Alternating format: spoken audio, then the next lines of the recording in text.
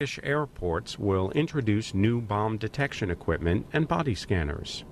Also, Foreign Secretary David Miliband told members of the House of Commons about the closure of the UK embassy in Yemen. This is a little more than an hour.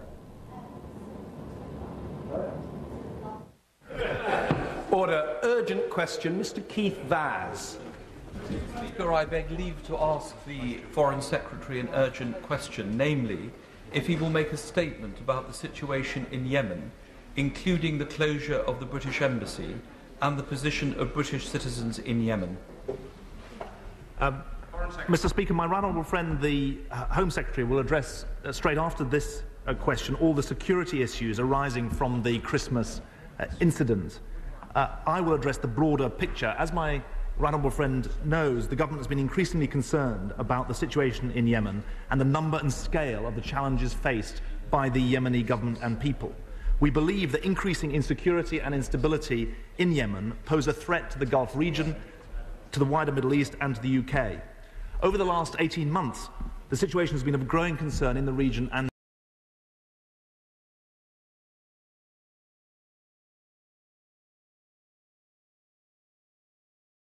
country strategy for Yemen. This strategy is currently being implemented by government departments across Whitehall, including Foreign Office, Department for International Development and the MOD. It covers 4 areas. First, support for democratic political structures.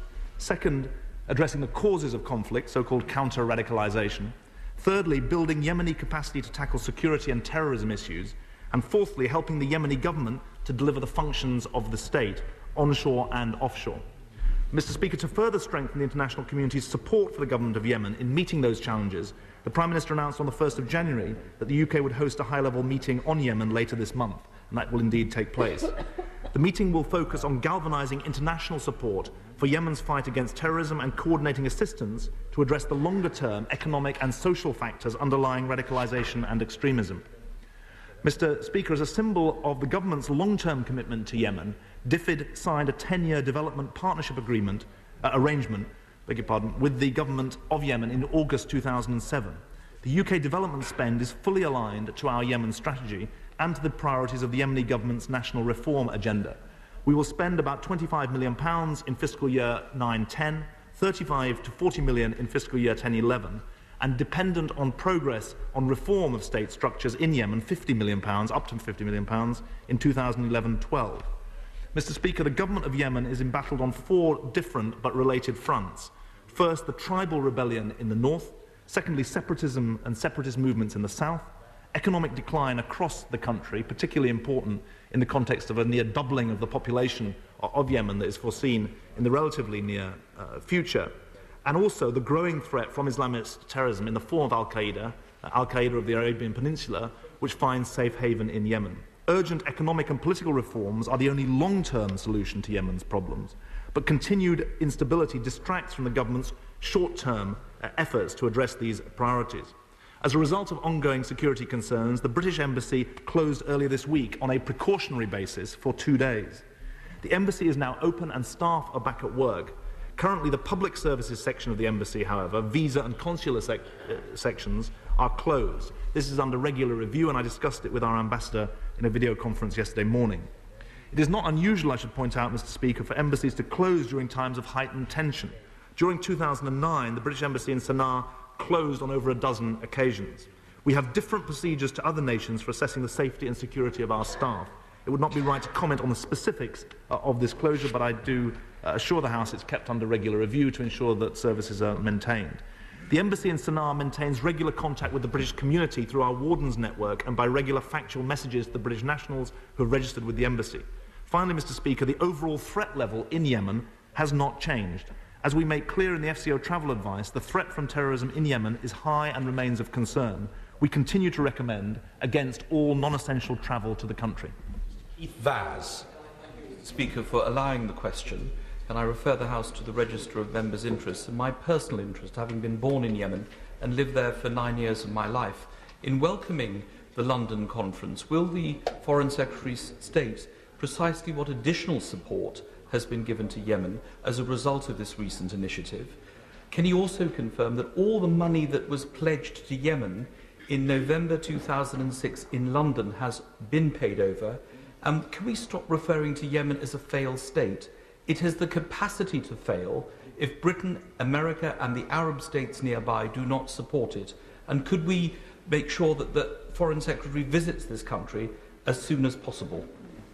Well, Mr. Speaker, three parts to my right honourable friend's question. First of all, the London meeting will not be a pledging conference. I don't think that's what's needed. However, as the second part of his question intimated, some £5 billion was pledged at the London conference in 2006.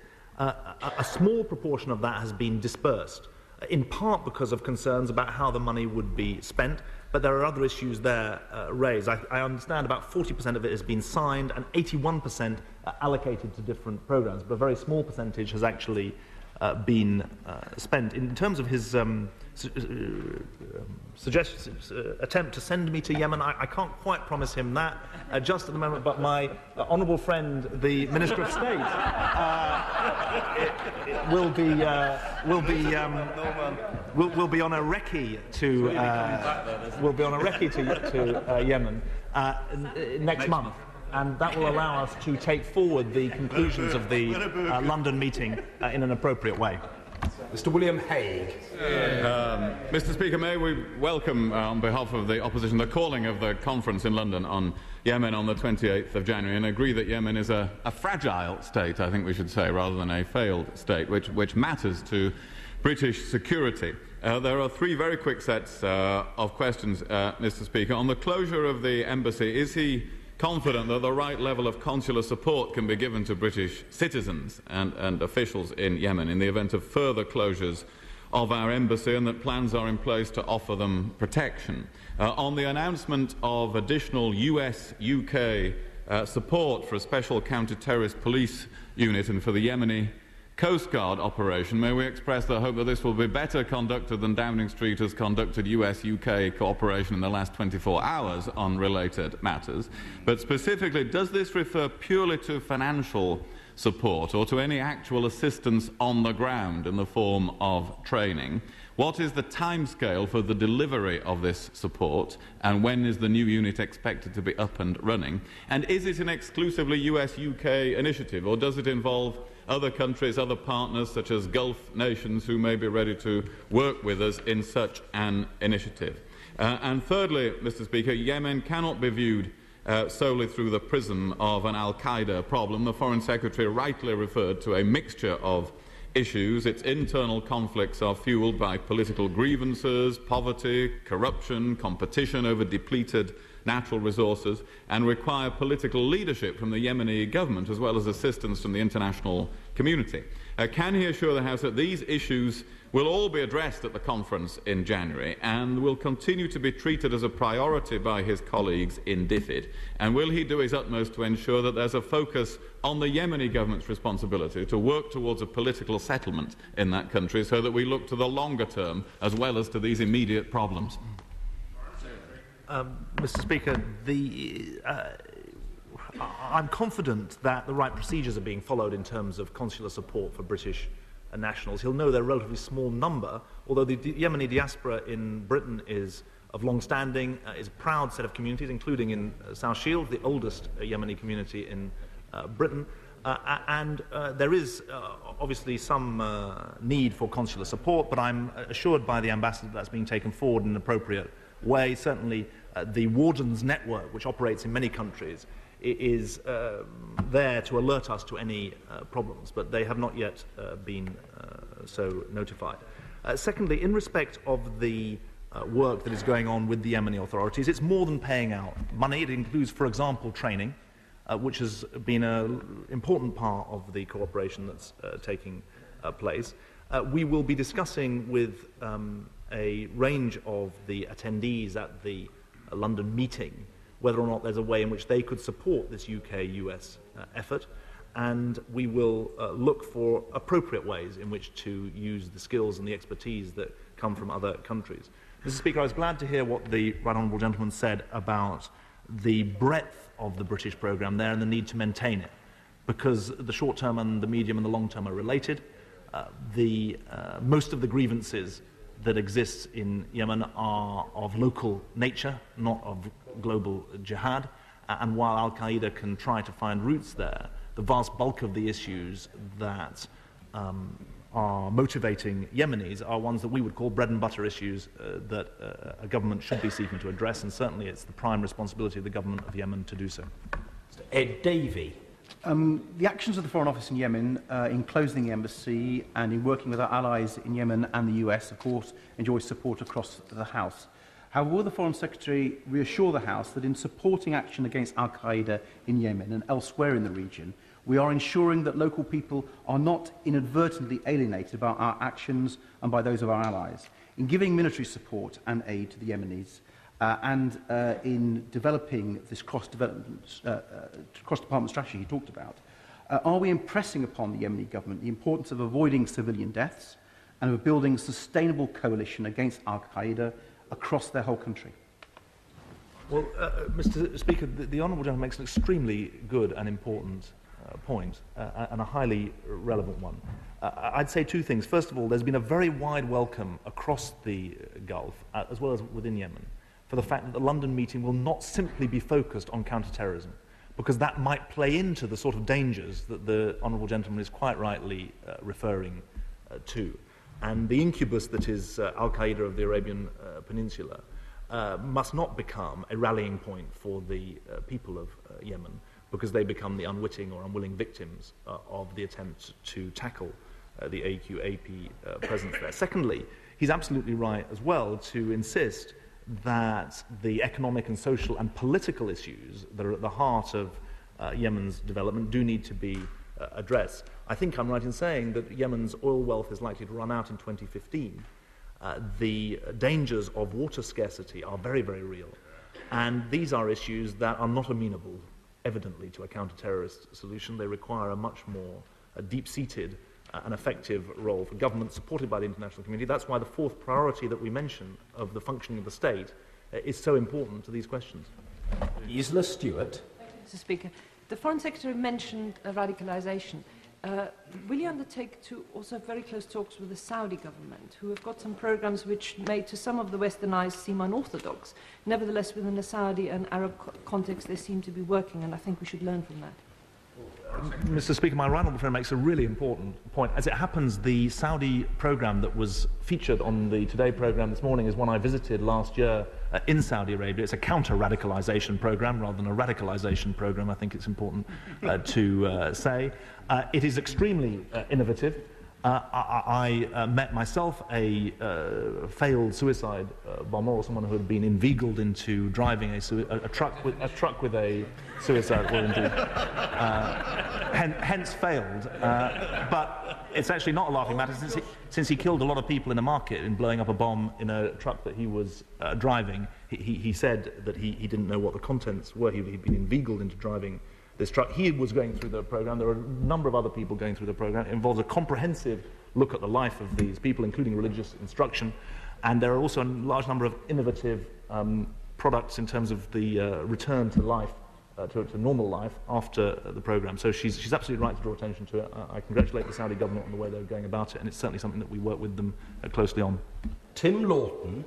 Mr. Speaker, can I also declare an interest as an officer of the All-Party Group who visited Yemen a couple of years ago, where I found some very impressive Anglophile ministers who think Britain has a key role to play in that country and want us to play it, but where I also found that the electoral gains made by radical Islamists have been in those areas of greatest poverty. So while we clearly need to do more to eradicate the terrorists, can we also do much more to eradicate and rehabilitate their breeding grounds? Sorry to sound like a stuck record, but the Honourable Gentleman makes an important point. I hope it can be a united call or point from this House that those who in the newspapers today are alleging that we're wasting our money in spending development funding on anti-poverty measures in Yemen are actually wrong, and that actually the figures that I read out are substantial by any stretch of the imagination, but the fact that they enjoy cross-party support, I think, is a very positive aspect, and he's absolutely right that if we want to stop Yemen becoming a more dangerous breeding ground for terrorism, then it needs to develop the sort of life chances that he and I would take for granted. All Flynn. At enormous cost in the loss of British human lives, we joined America in their invasions of Iraq and Afghanistan. Before we commit even more human lives to another nightmare, should we consider the possibility of having an independent British foreign policy? Well, we should certainly have a foreign policy that is decided independently by the government and people of this country. What we should not have is an isolated foreign policy that attempts to work on its own. And I'm proud that we are very close partners of the United States, of European Union countries, and of a large number of countries in the Gulf who are very, very concerned. And actually, the attention that we have been paying to Yemen over the last 18 months is in significant part a product of the growing concern in 2008 from countries in the Gulf who wanted British help because of their concerns about the situation in the Yemen. So we are not unwelcome helpers in Yemen, but we're certainly not trying to recolonize Yemen, and that's a very important point to emphasize. Mr. Bernard Jenkin. Thank you, Mr. Speaker. Whilst I welcome this short discussion about Yemen, we are only having this discussion because of Al-Qaeda. And wouldn't it be instructive of the government to produce a document or hold a London conference and invite international partners to talk about the international strategy against Al-Qaeda before we have to have other statements about other countries where Al-Qaeda is operating, but perhaps they're not necessarily in the news at the moment? The right honourable gentleman makes an important point, although I think he would be one of the first to recognise that simply to talk about Al-Qaeda and not to distinguish between its senior leadership based in Afghanistan and Pakistan, the Al-Qaeda of the Arabian Peninsula, Al-Qaeda of the Maghreb, there are distinctive issues related to the senior leadership on the one hand and so-called franchises of Al-Qaeda on the other. They are certainly worthy of study, debate, and the more the better as far as I'm concerned. My honourable friend made a good point, though, that there was actually a recent meeting with parliamentarians on the situation in Yemen before the Christmas incident. There's a thriving all-party parliamentary group chaired by my honourable friend and with other members on it. And I think that speaks to the close links that exist between Britain and Yemen. Long may that continue. Paul Goodman. Given that a significant proportion of terror offenders turn out to have been radicalised towards extremism here in Britain, rather than in the Yemen or elsewhere, shouldn't the Prime Minister also be considering calling a summit on the radicalisation towards extremism terror that takes place here? Mr. Speaker, that is exactly what the PREVENT strategy has been founded on over a number of years. It's been developed with a large number of meetings. I don't know if they qualify as summits, but they certainly were a large number of meetings, not just within government but around the country, to address precisely this issue. Sir Nicholas Winterton. Mr. Speaker, I agree with the Foreign Secretary about the importance of aid in removing what I call the scourge of these spots where terrorism can spring up. But my right honourable friend, the Shadow Foreign Secretary, described the government of Yemen as fragile. Could the Foreign Secretary indicate to the House just how widely supported is the government of Yemen across all the people, bearing in mind the tribal conflicts in the north and the separatist movements in the south? Far be it from me to be a lawyer for the right honourable gentleman, but I think he said that Yemen was fragile rather than the government was fragile in his defence, or at least in explanation of his position. The right honourable gentleman will know that the President Saleh is currently in his second term of office. The Constitution prohibits him running for a third term. Parliamentary elections are due in 2011 in Yemen, and they will clearly be a massive challenge. And one of the issues that will need to be addressed is precisely those democratic elections and the ability of people to express their opinions in them. I would say, however, that the number of Yemenis who are committed to violence, whether through the Houthi movement in the north or the secessionist movement in the south, still less through links to Al-Qaeda, is a very small minority of the Yemenis. Mr. Ben Wallace. Thank you, Mr. Speaker. All over the world, our armed forces and our aid budgets are stretched in Afghanistan, Pakistan, and next door in Somalia. Why is it that Britain has chosen to perhaps, or the Prime Minister, take a lead in Yemen when our resources are so stretched? Isn't it perhaps time to let the US or other allies take a lead with this country? And is it maybe not a country too far? So much for an independent foreign policy, Mr. Speaker. First of all, this country has long-standing history with Yemen, and I think that gives us an important role there. Secondly, we are in a group of donors with the United States, with the Germans. I spoke to the German Foreign Minister today, with the Dutch as well, and with the Saudis, who are preeminent donors there. In terms of the stretch, actually, we've been careful to make sure that in our funding in Yemen, we only spend what we know the government has the ability to properly spend there. And he's right that there are a range of other problems. Somalia is addressed, in my view, best through the AMISOM security work, but on the political level through the UN Security Council. I think that the meeting that's been called and the other forms of coordination that are being established befit the situation in the Yemen rather better. History in Somalia is rather different. Philip Hollowbone. Increase in international aid funding, which Her Majesty's government has promised, pales into insignificance against what the oil-rich Arab countries on the peninsula could and should be providing. Shouldn't Her Majesty's government make clear to the countries on the Arabian Peninsula that their priority should be dealing with the potential problems from the Yemen, rather than spending millions of pounds on half-mile-high skyscrapers?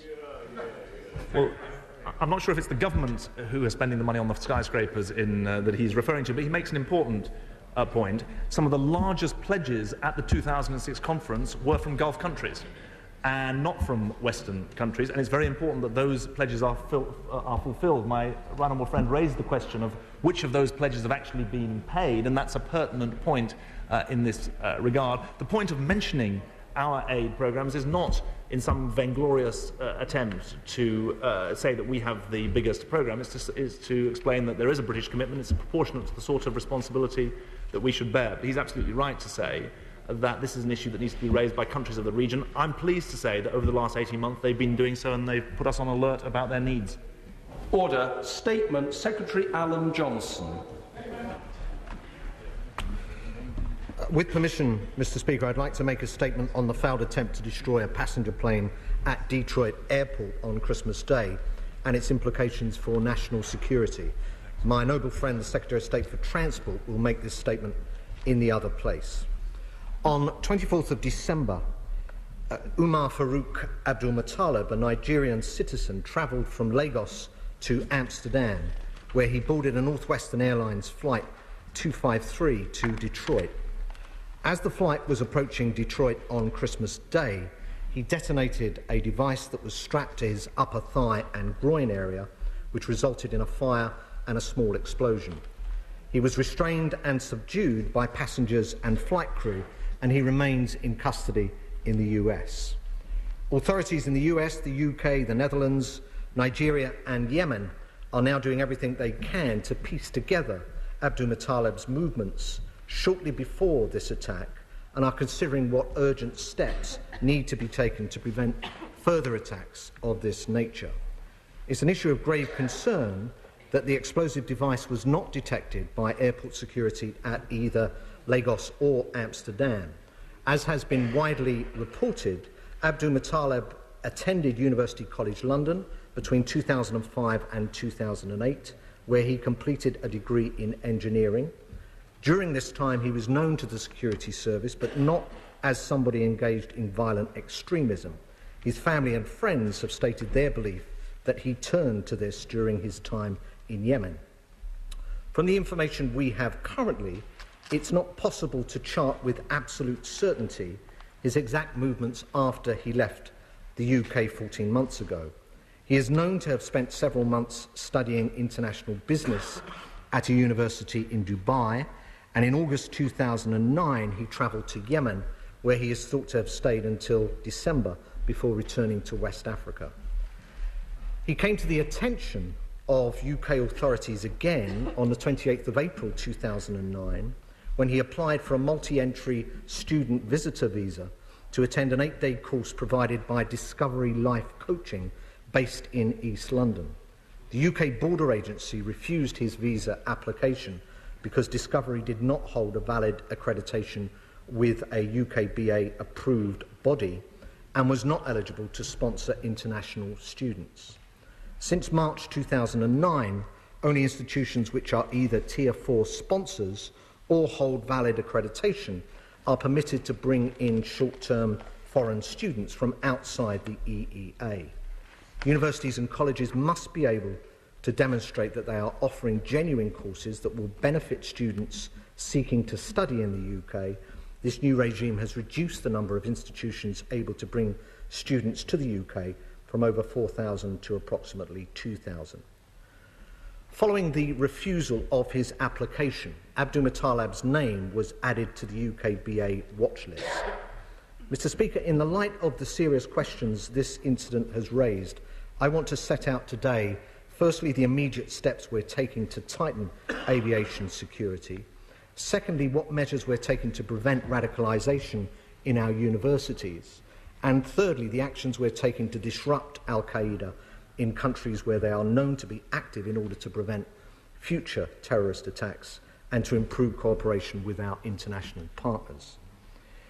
It is of great concern that Abdulmutallab was able to penetrate airport security at Amsterdam.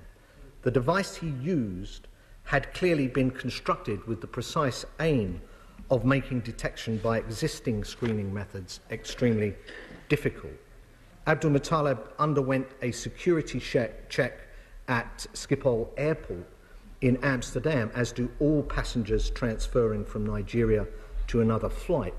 Although Schiphol Airport is trialling body scanners, they were not in use for that flight. He passed through a metal detection gate which would have detected objects such as explosive devices with metallic components, knives and firearms.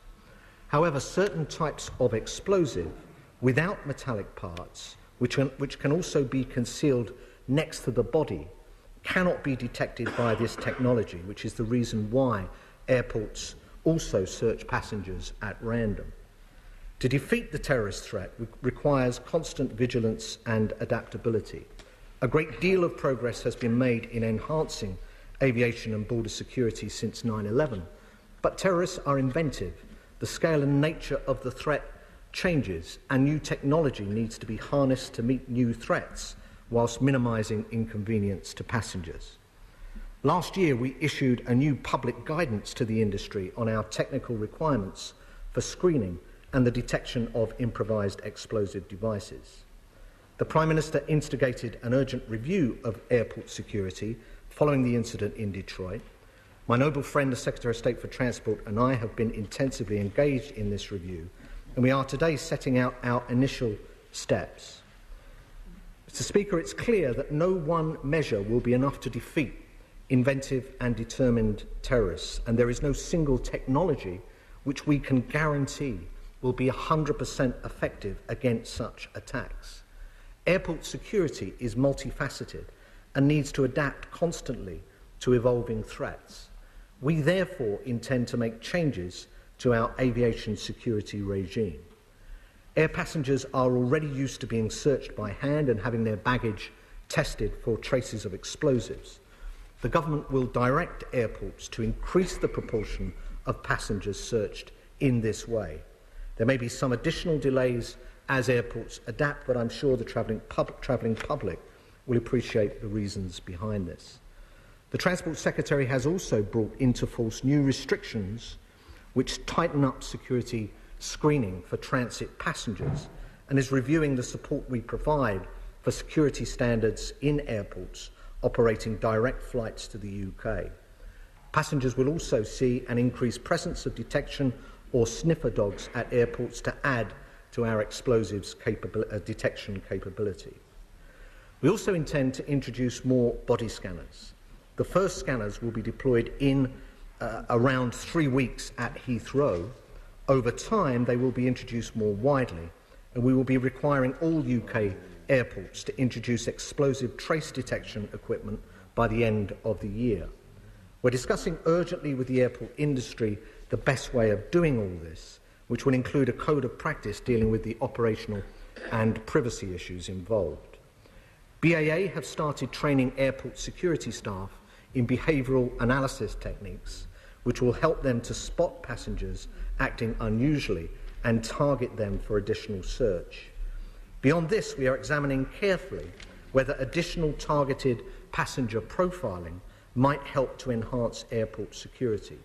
We will be considering all the issues involved, mindful of civil liberties concerns, aware that identity-based profiling has its limitations, but conscious of our overriding obligations to protect people's life and liberty.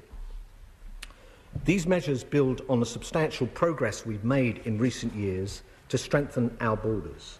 The rollout of e-borders, which will check passengers, including those in transit, against the watch list, will be 95% complete by the end of this year, makes us one of only a handful of countries to have the technology that can carry out advanced passenger data checks against our watch list before people travel to the UK.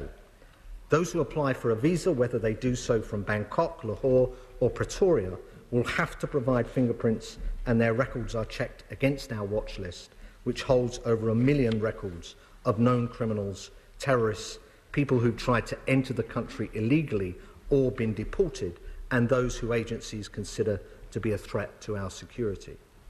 Through the e-borders programme and through screening passengers against this watch list, we have made 4,900 arrests for crimes including murder, rape and assault since 2005. In addition, UK border agency staff based overseas working with airlines prevented over 65,000 inadequately documented passengers from travelling to the UK during 2009.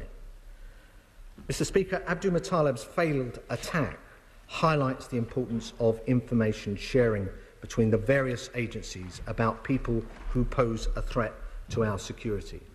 The UK watch list is managed by the UK Border Agency and incorporates intelligence from the law enforcement and the security and intelligence agencies into a single index. Nevertheless, although the integrated approach works very well, we want to see if we can further strengthen it. The Home Office will therefore be conducting an urgent review of the robustness of our watch list.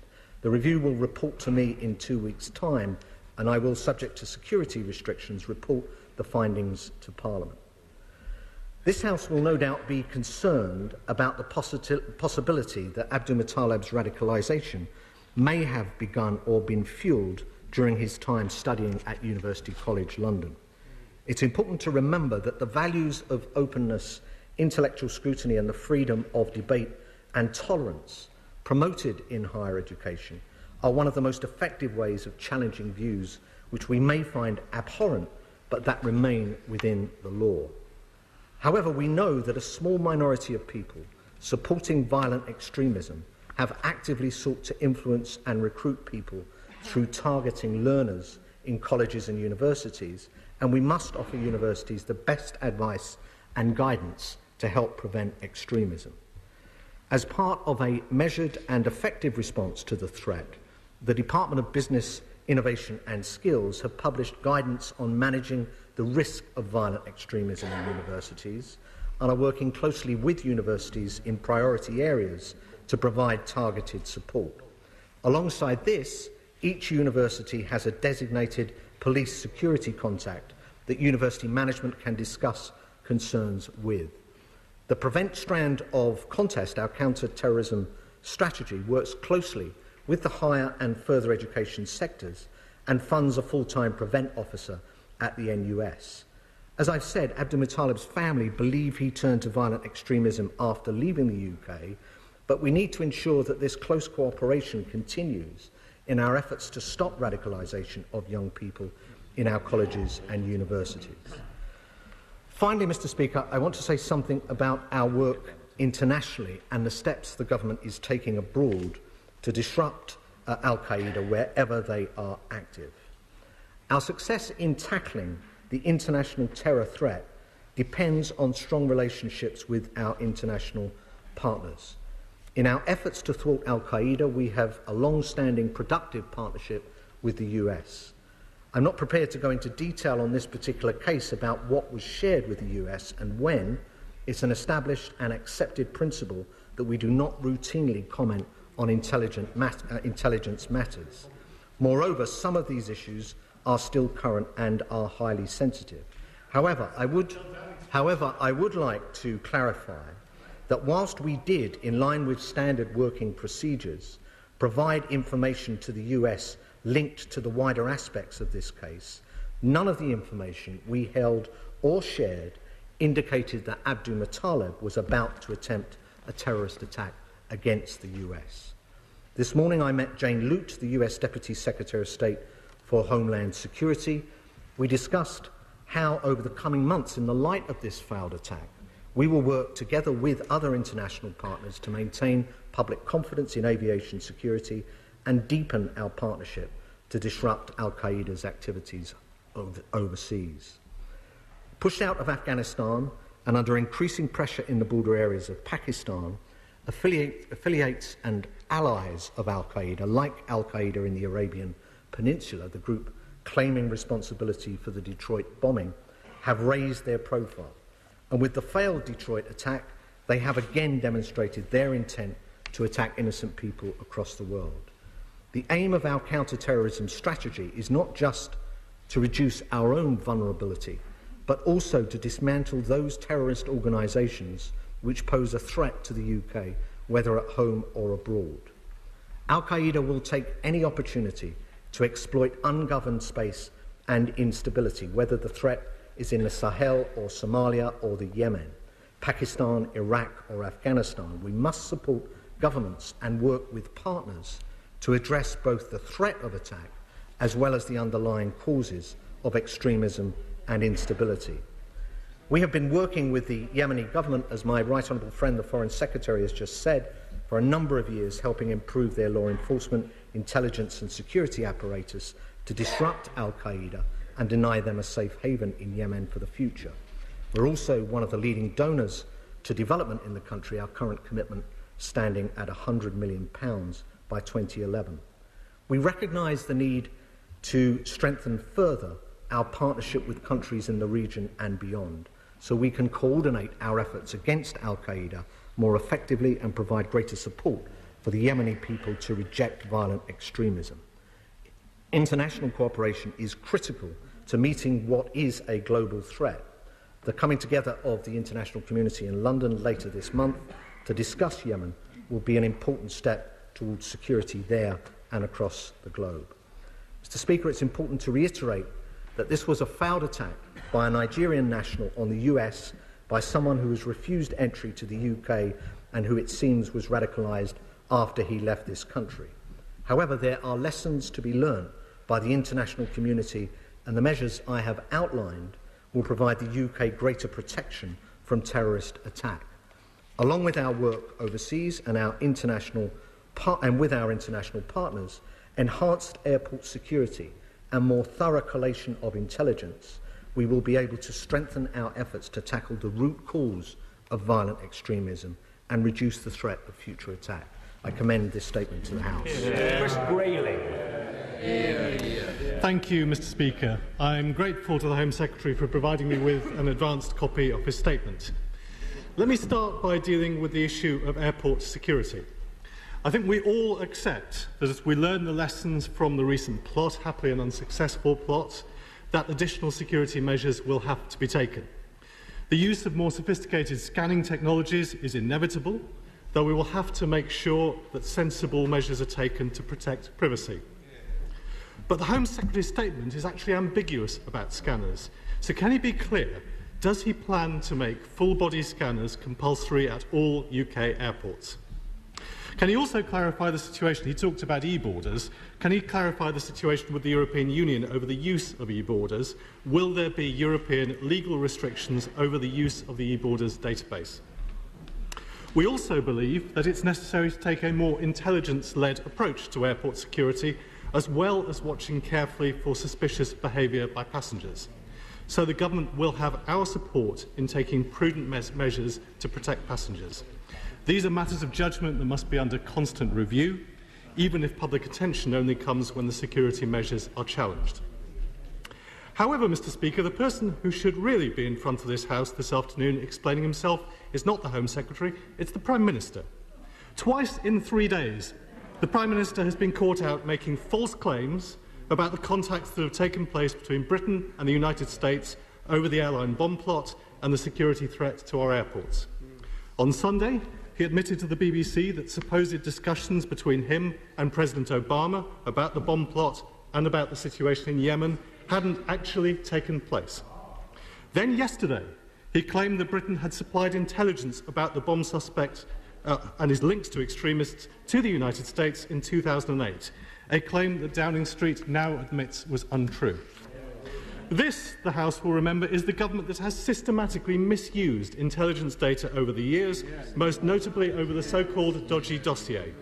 Does the Home Secretary agree with me that for the Prime Minister to exaggerate, mislead or spin intelligence information, particularly when it relates to a terrorist threat, is absolutely unacceptable behaviour by the man who leads our government? The Home Secretary has told the House this afternoon, and I quote, that it is an established and accepted principle that we do not routinely comment on intelligent matters. So why did the Prime Minister and why did Downing Street break that rule this week? Does the Home Secretary also agree with me that it is damaging to our most important intelligence relationship with the United States for information to be disseminated by Downing Street in such an inaccurate and cavalier way? Mr. Speaker, this entire House will be relieved that on this occasion the bomb plot was unsuccessful. It will serve as a strong reminder to governments across the world of the ever-present terrorist threat, and that we all need to remain vigilant about that threat, as well as united in a determination to defeat it. It is also worth saying that the threat from a small group of Islamic extremists in no way represents the views and beliefs of the vast majority of decent, law-abiding Muslim people in this country and around the world. People of all faiths have been victims of terrorists over the past decade, and we must all stand together against that threat. But that task has not been helped by the actions of Downing Street in recent days. Mr. Speaker, I do regret the fact that the honourable member uses this very, I think, very tense time to score cheap party political points. I mean, to use this issue, and Mr. Speaker, I saw lots of faces on the benches opposite, appalled that this situation should be used to make a personal attack on the Prime Minister. The honourable member only raised three points that I believe are relevant to this issue. The first, in terms of the number of full-body scanners. What we need to do now is to work with the airline industry to decide how many and where we can locate these scanners. As I've said in my statement, we'll have the first ready at Heathrow within 3 weeks. Thereafter, in terms of the capacity to manufacture this and put them in place, and also get the authority and the agreement of the different airline companies and their input into this, they will become much more widely available. The honourable member also talks about the EU situation. That was clarified just before Christmas, when thankfully the Commission agreed that there were no Commission or EU community issues about the transfer of information. It obviously still needs the countries transferring that information to agree their data processing techniques, but there's no EU issue which the Commission was originally looking at. And the third issue, which was about our use of intelligence and about our cooperation with the United States. The Prime Minister was absolutely right, as I said in my statement, that we did share information with the US. None of this information related, and it's the nature of that information and the information itself that we do not routinely comment on, none of that suggested that Abdul Muttalib was planning a terrorist plot. Incidentally, I met Jane Lute, as I mentioned, the Deputy Secretary of State for Homeland Security today. She didn't mention this issue at all this morning. We spoke about the productive way we can work together to deal with this issue, deal with these issues, and there is absolutely no relationship in the world stronger than a relationship between the UK and the US, particularly on counter-terrorism, where we work closely together and will continue to work closely together in the light of this latest threat. Chris Huhne. Thank you, Mr. Speaker, and thank you to the Home Secretary too for early sight of his statement. His announcement that scanners are to be rolled out at British airports is certainly welcome. However, the statement raises several questions, and the first is whether the Home Secretary can confirm that such scanners would have been effective in detecting the substances carried by Umar Farouk Abdul Muttalib.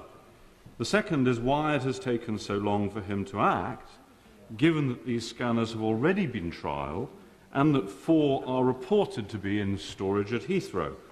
And the third question is whether he will respect those who may have a deep-felt objection to the scanners to opt instead for a body pat search, for example, as part of his code of conduct, and what assurance will he give that images of children and others will not be stored? The Home Secretary also opens the door to profiling. But what does this mean? If he means additional searches for those with suspicious travel patterns, then I'm sure I speak for everybody in this House who could object. But if he means stopping everyone who looks Asian, then I fear that he will alienate exactly those communities whose cooperation we need in the fight against terrorism. Which is it? Then there's the information sharing, which the Home Secretary really cannot dismiss by saying that the government does not comment on intelligence matters, particularly in the light of recent events from Downing Street. Can the Home Secretary confirm the account of a Downing Street spokesman that Britain told US intelligence more than a year ago that the Detroit bomber had links to extremists? And can he confirm, and this is not an intelligence matter, that the US was informed after he was placed on a UK watch list? In the light of these contradictions and the open spat with our closest ally, what measures is the government taking to improve liaison with the United States, or possibly with the Prime Minister's press operation? Given that the Detroit bomber transited through Schiphol, were the Dutch authorities notified bilaterally of our concerns at any point? Had we shared our information with our European partners either through Europol or through other routes? And what mechanism is there for one EU country to become aware of such intelligence on a suspected radical, held or collected by another EU country? Do we routinely share information about our watch lists with our European counterparts, even for passengers who are only in transit? And in the light of this attempted attack, do these systems need to be improved? Secretary. Well, first of all, on the issue of scanners, would they have been effective in relation to Abdul Muttalib? I think the indications are, given where this explosive was placed, where the PETN was placed, that there would have been a 50-60% chance of it being detected. I think that's the view of most people who operate these scanners. So the scanners themselves aren't the magic bullet here. It's the British company, Smith Industries, who are developing this technology all the time. And I think we need to see the next wave of technology with explosive detection as well as the body imaging issue. And we need to see that move ahead very quickly. I don't accept that we took so long to act. This happened on Christmas Day, and over the Christmas period we've been discussing, and my colleague the Secretary of State has been discussing with the airlines the availability of this equipment. There was one body scanner at Manchester.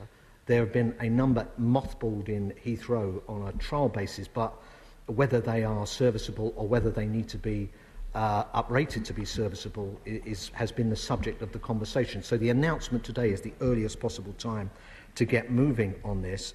The issue of privacy, Mr. Speaker, is going to be an important issue, but given that all of the images are destroyed immediately, given that the person responsible for the scanning is completely separate, in a separate room, as anyone who's seen it operate in Manchester, indeed there's a version in Glasgow as well, so there's no immediate contact between the person doing the imaging and the person being imaged. I think we have to just put these considerations. They're important considerations, but I think we can actually ensure that those who do have these worries can have those concerns satisfied. I don't see a situation where people can simply object to a body scanner. I think we need to use this, perhaps not as the first line, but as the second line on a random basis as part of our defence. The Honourable Member mentioned the important issue of profiling, and I said in the statement I recognise the sensitivities here. Anyone who looks at the case of Anne-Marie Murphy in 1986, who was a pregnant woman inveigled by her Syrian boyfriend to carry a bomb onto a flight to London, I mean, Anne-Marie Murphy wouldn't have met any profile, and if you think of someone like Richard Reeves, the name wouldn't have alerted anyone. But nevertheless, the issue of whether we can deal with some of the sensitivity issues must be part of looking at any defence we can find to ensure that this gap in our defences, which Abdul Muttalib thankfully unsuccessfully but found, are actually addressed. So I think we need to look at profiling, recognising the concerns and recognising the civil rights issues as well. On the issue of information sharing, we share information all the time. We share information on a routine basis, and the US shares information with us. We didn't inform the US that Abdul Muttalib was on our watch list because he was refused a student visa, because that was an issue. That wasn't an issue conducted with any concern that he was coming over to commit a terrorism incident. It was about an immigration issue. We wouldn't share that routinely with the US, but we shared other information with the US, and we share this information routinely with our European Union partners. Although if there are concerns about counter-terrorism, it wouldn't wait for a watch list, and it wouldn't wait for the plane to be taken off.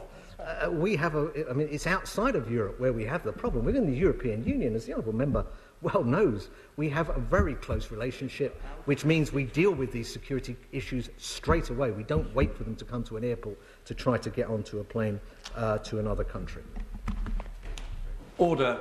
No fewer than 16 honourable and right honourable members are seeking to catch my eye. As always, I should like to be able to accommodate everybody, and the numbers should be perfectly manageable, but I simply remind the House that there are 2 further statements to follow, and I reiterate my usual appeal that each honourable member should ask a single short supplementary question, and of course that the Home Secretary will provide us with an economical reply. Mr. Keith Vaz. The Select Committee recently visited both Heathrow Airport and Schiphol, and the Home Secretary is right to consult with the airlines and to be measured in the response. But of course, in principle, we ought to have these body scanners.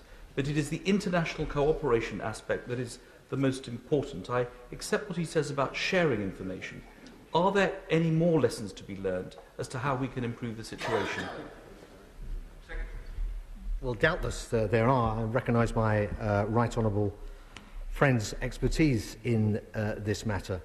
I said in relation to the watch list, we think this integrated watch list, so there's not a separate, as in some countries, there's a separate one for security, a separate one for policing and crime, and a separate one for people who have lost their passports, a separate one for immigration issues. An integrated watch list serves us very well, and with e-borders continually coming on stream, we can deal with this before the person has landed, has taken off, which is very important given that, you know, Abdul Muttalib was not trying to enter a country, he was trying to blow himself up before he landed, and that doesn't matter if it's transit or if his destination is this country. So we need to ensure we have the tightest possible control of that. So whilst it all worked well, Mr. Speaker, I would be the last person to appear complacent about this.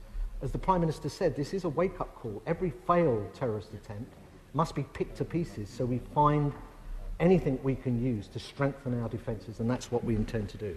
Mr. Ian Taylor. The terrorists watch very carefully what technology we deploy. Does the Home Secretary realise that scanners cover a wide area? Some use millimetre technology, others use terahertz. Some require you to go through a box. Others actually can do it remotely in airport lounges or railway stations. Can the government please institute a research programme? There are several British companies involved in this, but actually the government never pulls through new technologies. We need to stay ahead of the terrorist, not then deploy after an incident. Home Secretary. Well, I think the honourable member raises a valuable point. I wouldn't accept that we've been slow in dealing with this. So we're due to meet Smiths Industries shortly. We're talking to the document that we produced last year, Noble Lord West, our security minister, produced in August of 2009, was specifically aimed at the scientific community and innovators to get this moving and to find new ways to deal with this. I think the important point about this is there's a great deal of British technology here as well, so that we can actually exploit. And we do need to ensure, which is one of the reasons we're talking to the airlines, that we get the right body scanners, because the honourable member is absolutely right. There are a variety of these scanners, and we need to use the most effective. John Reid. I refer the House, Mr Speaker, to my interests as registered. Can I in particular welcome the emphatic way in which the Home Secretary emphasised that there is no single magic bullet to solve these problems, in the light in particular of recent media comments, particularly with full body scanners which still require standardised procedures, which are still in trials and so on. It will require a range of search procedures and technologies. And above all, as the last honourable gentleman to speak said, it will require constant innovation in our thinking, embedded in everything we do. Can I therefore ask the Home Secretary if he will build upon the good work that's been done by Lord West and make sure that a partnership of the government, academia and private industry is given more resources in order that we can stay ahead of the curve of the terrorist thinking and introducing new ways of terror? Home Secretary. Well, I think my right honourable friend largely makes the point of the honourable member opposite, and I agree with it. I think, you know, this is another reason, perhaps, to redouble our efforts to stay ahead of the terrorists. We won't deal with this through body scanners alone. You know, body scanners, sniffer dogs, every day dogs come into this chamber that are looking for PETN. The use of behavioural detection, all the techniques we can use, even then we will not be 100%, we can never guarantee 100% safety, but there's no magic bullet. What there is a lot of people out there willing to innovate and to work and to provide equipment and the technological capacity that can move us to the next level. And I believe that's really the main lesson of Detroit on the 25th of December. Mr Robert Key. Mr Speaker, the Home Secretary is in the lead on Homeland Security, but will he acknowledge the debt we owe to the Ministry of Defence personnel and the scientific civil servants working at Defence Science and Technology laboratories at Porton Down in my constituency, and particularly at the Centre for Counter-Terrorism, who are responsible for all the day-by-day innovation which goes on in terms of science and technology? And will he talk to the Ministry of Defence, who have tremendous budget problems, to ensure there is not only no cut in the defence budget as it affects Porton Down, indeed quite the reverse, that they should have all the resources that they need to counter terrorism? Home Secretary. Well, Mr Speaker, the honourable member is a great advocate for Porton Down. I am talking to the Defence Secretary. This is a cross-government initiative. All the relevant departments are working together to try and do this, using all the agencies at their disposal, Porton Down being one of them. This is Louise Ellman. Thank you, Mr Speaker. Aviation is international. What new steps are being taken to link intelligence information with the best attainable system of security at individual airports? Home Secretary. Well, my honourable friend is, of course, chair of the Transport Select Committee, and I know this is an issue which she's taken a great interest in. Talking to Jane Lute this morning, the Deputy Head of Homeland Security in the US, we were talking about the best way to have an international gathering to discuss the lessons emerging from this. And we're still talking through. There was a view that maybe we should get a gathering of ministers together next week in Brussels. Actually, I think the opportunity under the Spanish presidency, who are very interested in this matter, comes up in a few weeks' time. And I think more and more we're centring on that as the opportunity to get transport ministers, homeland security ministers, perhaps defence ministers as well, together to talk about an integrated programme as to how we can act internationally. My honourable friend is absolutely right. This won't be solved by us nationally by its very definition of a Nigerian coming from Nigeria through Holland to bomb Detroit, with ramifications for a much wider set of countries. We need to deal with this internationally, and that's what we intend to do. Mr Bernard Jenkins. Mr Speaker, who authorised the Downing Street spokesman to brief so emphatically that information about the Detroit bomber had been passed to the Americans before the bombing? Home Secretary. Speaker, I'm not getting into who authorised who to say what. What the Prime Minister said about us exchanging information with the US was absolutely right. As I've said in my statement, none of that information remotely suggested that Abdul Muttalib was planning an attack on Detroit. Andrew Miller. One of the resources we could use better is the eyes and ears of the travelling public. Would my right honourable friend consider creating a central reporting point for members of the public who spot lapses in security in airports from which they're travelling coming into the UK? Home Secretary. Well, I will consider my honourable friend's suggestion. There are, of course, plenty of opportunities for people to report these things.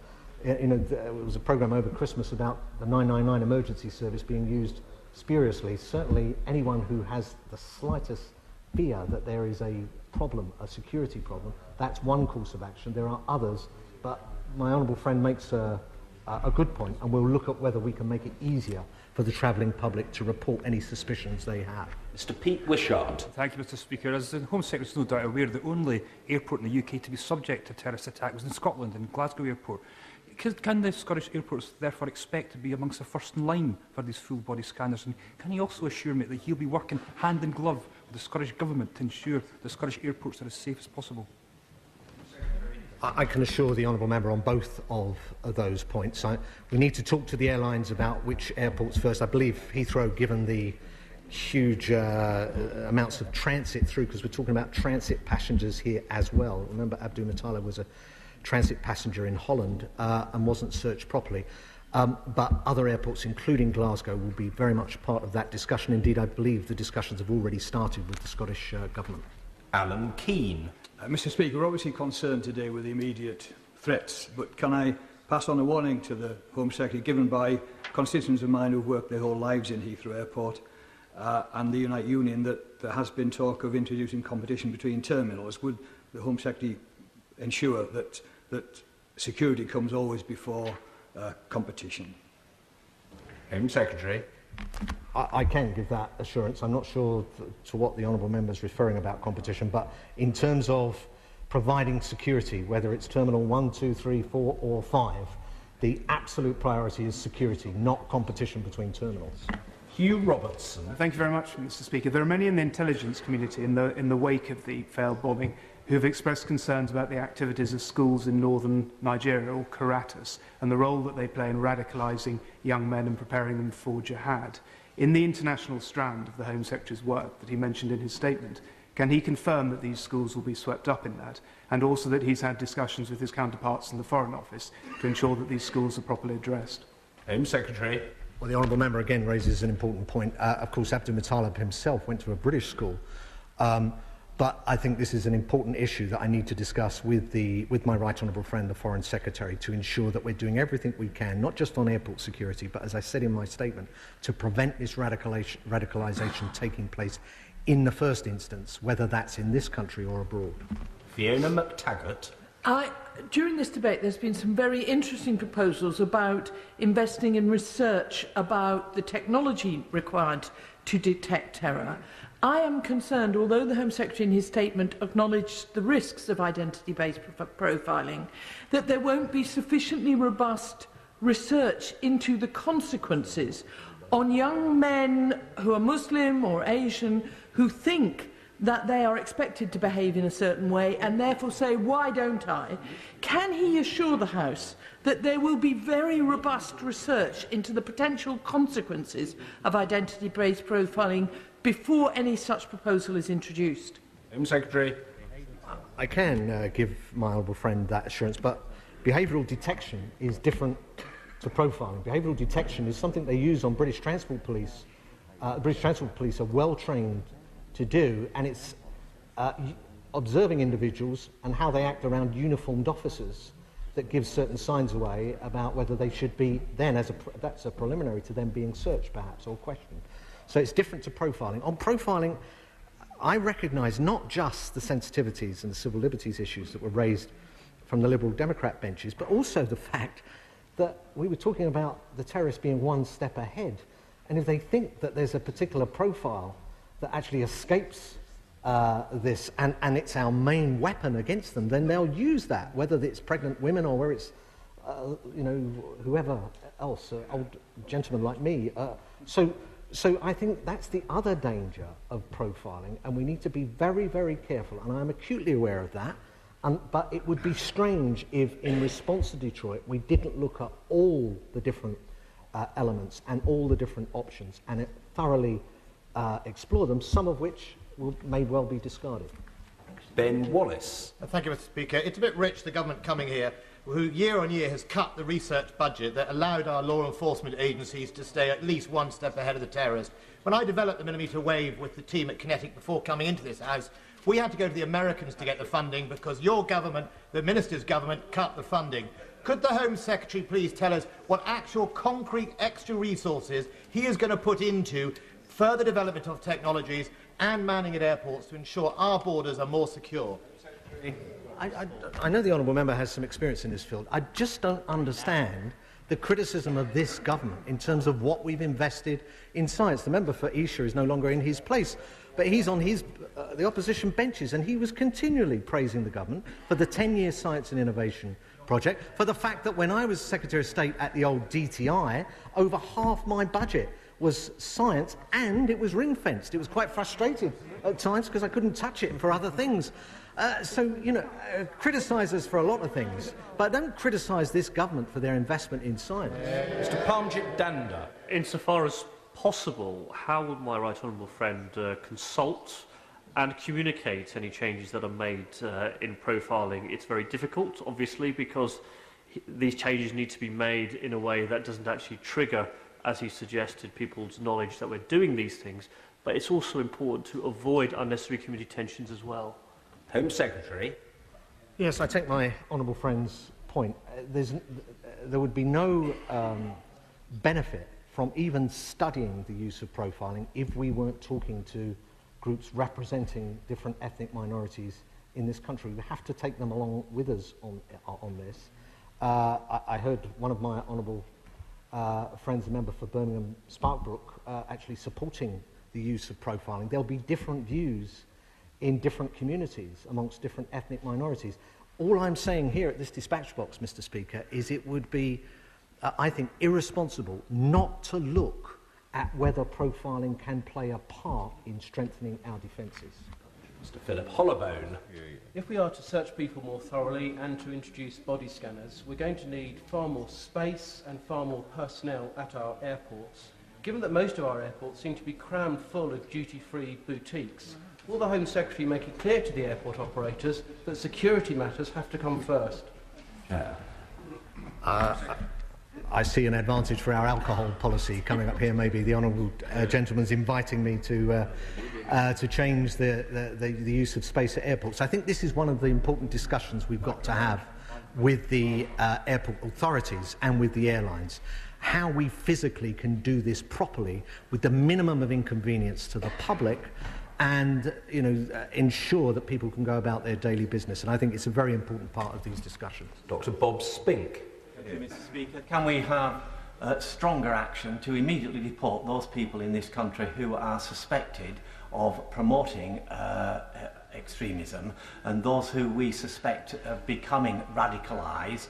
And can we include in that list those people who would hold offensive marches? Home Secretary. Well, we always keep these issues under review. As I said in my statement, it's very important that we don't take action simply. We are a democracy. On our university campuses, there needs to be proper debate. Because people have views we find abhorrent but are not illegal, I think it would be totally counterproductive for us to be heavy-handed in that respect. What we do through Prevent is to strengthen institutions, to help individuals, to provide the information and the facts and the advice to those who want to counter some of these radical views. As part of this, of course, we deport and seek to deport lots of people. There are many queuing up for deportation at the moment. In a democracy, they have their right to judicial reviews, they have their right to go to the European Court. All of that, of course, is very important. But at the end of the day, provided we've done our job properly, those people will be deported. Mr Shailesh Vara. Given the strong links that Umar Farouk Abdul Muttalib had with Britain, is the Home Secretary able to tell us whether or not in due course the British police will have an opportunity to question him, particularly with a view to ascertaining any continuing links that he may have with Britons, and particularly what those links are all about? Home Secretary. All I can say at this stage, Mr Speaker, is two Metropolitan Police officers are working with the FBI in America on this case at the moment. As the Honourable Member would have seen on his TV screens over Christmas, the police were taking immediate action in this country. We don't comment on current police operations. We'll have to wait for them to come to a conclusion. That may well involve the British police wishing to ask questions. We'll have to see how the operation goes. Mr. Andrew Pelling. I've had emails from constituents expressing concern about health risks and about dignity as a result of use of the scanners. Can the Home Secretary say anything reassuring on the public record on these matters? Home Secretary. Speaker, in terms of radiation, my understanding is that there's less radiation from a body scanner than you'll get from actually flying, from the flight itself.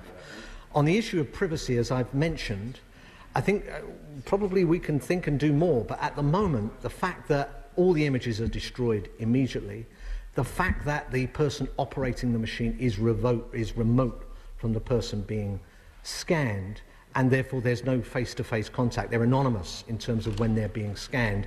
I mean, it's difficult to get around the privacy issues, given where Abdul Muttalib was trying to hide his explosives. And if this is a way that terrorists seek to get round these issues, then obviously we'll need to perhaps be a little less delicate about privacy.